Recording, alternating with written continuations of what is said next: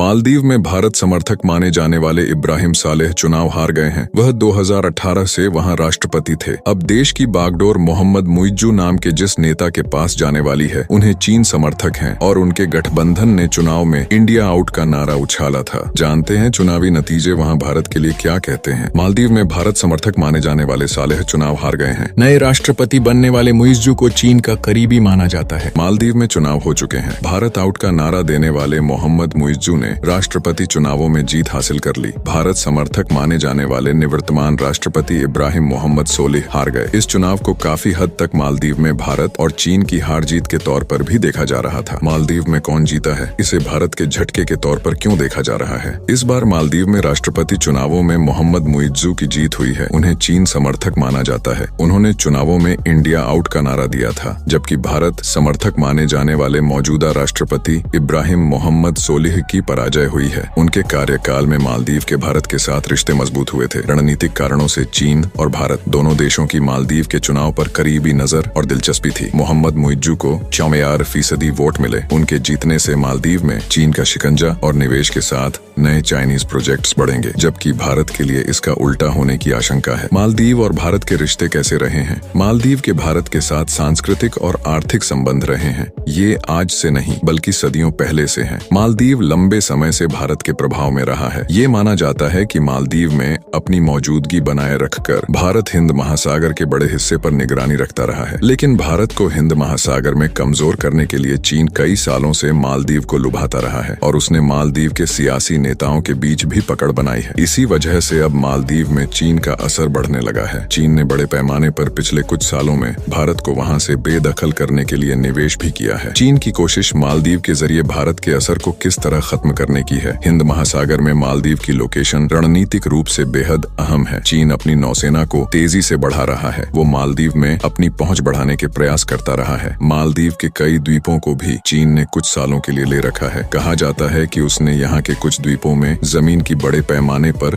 खरीदारी भी की है। खाड़ी के देशों से तेल यहीं से होकर गुजरता है। चीन इसे भी सुरक्षित करना चाहता है। मालदीव की सियासत में किस तरह भारत और चीन के उठापटक का खेल चलता रहता है। मौजूदा राष्ट्रपति इब्राहिम मोहम्मद सालेह की पार्टी का नाम मालदीवियन डेमोक्रेटिक पार्टी है। वो भारत समर्थक पार्टी मानी जाती है, जबकि जीत हासिल करने वाले मुइज्जू पीपुल्स नेशनल कांग्रेस और प्रोग्रेसिव पार्टी ऑफ मालदीव के गठजोड़ वाले संयुक्त मोर्चा गठबंधन के राष्ट्रपति पद के उम्मीदवार थे, जिसे आमतौर पर चीन समर्थक गठबंधन या पार्टियों के तौर पर देखा जाता है। बेशक इन चुनावों में घरेलू मुद्दे भी हावी थे, लेकिन इसके अलावा भारत और चीन भी बड़ा मुद्दा थे। मौजूदा राष्ट्रपति सालेह अक्सर इंडिया फर्स्ट पॉलिसी के कारण विपक्ष की आलोचनाओं का निशान बनते रहे हैं। मुइज्जू खुद भी चीन समर्थक रहे हैं और तुरंत भारत से सारे संबंध खत्म कर लेना चाहते हैं। लेकिन भारत को उम्मीद है कि मुइज्जू ने चुनाव में जो भी रुख अपनाया हो, लेकिन राष्ट्रपति बनने के बाद भारत और चीन को लेकर संतुलित रुख अपनाएंगे। राष्ट्रपति बनने वाले मुइज्जू कौन हैं? मुइज्जू पेशे से सिविल इंजीनियर रहे हैं। उन्होंने माले के मेयर रह चुके हैं और वोटर्स को घर से लेकर तमाम चीजों के सपने दिखाए हैं। 45 साल के इस शख्स को डॉक्टर मुइज्जू भी बोला जाता है, क्योंकि उन्होंने ब्रिटेन की यूनिवर्सिटी ऑफ लीड्स से सिविल इंजीनियरिंग में पीएचडी की है। मुइज्जू को पूर्व राष्ट्रपति और चीन समर्थक अब्दुल्ला यामीन का खास माना जाता है।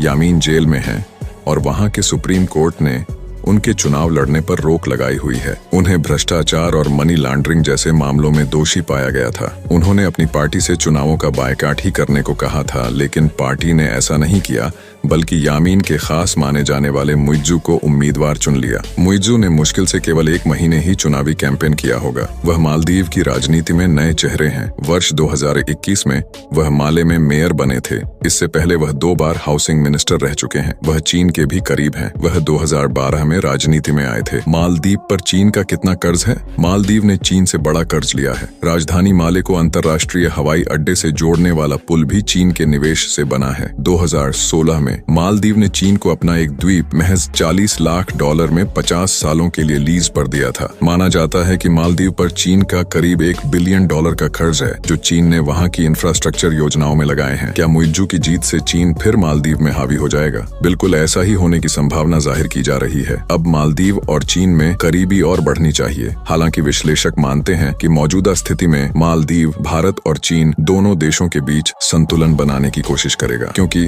भारत का भी वहाँ निवेश है जिसे मालदीव नजरअंदाज नहीं कर पाएगा। भारत के निवेश पर तो असर शायद नहीं पड़े, लेकिन मालदीव की नई सरकार वहाँ तैनात भारत के सैनिकों को तुरंत वापस भेजने की दिशा में कदम जरूर उठाएगी। ये उनका चुनावी वादा भी रहा है। मालदीव में कई लोग भारत के इरादों को संदेह की नजर से देखते हैं। मालदीव में यह भावना बहुत बड़ी है कि हमें भारत समेत किसी भी देश के साथ मजबूत रणनीतिक संबंध नहीं रखना चाहिए।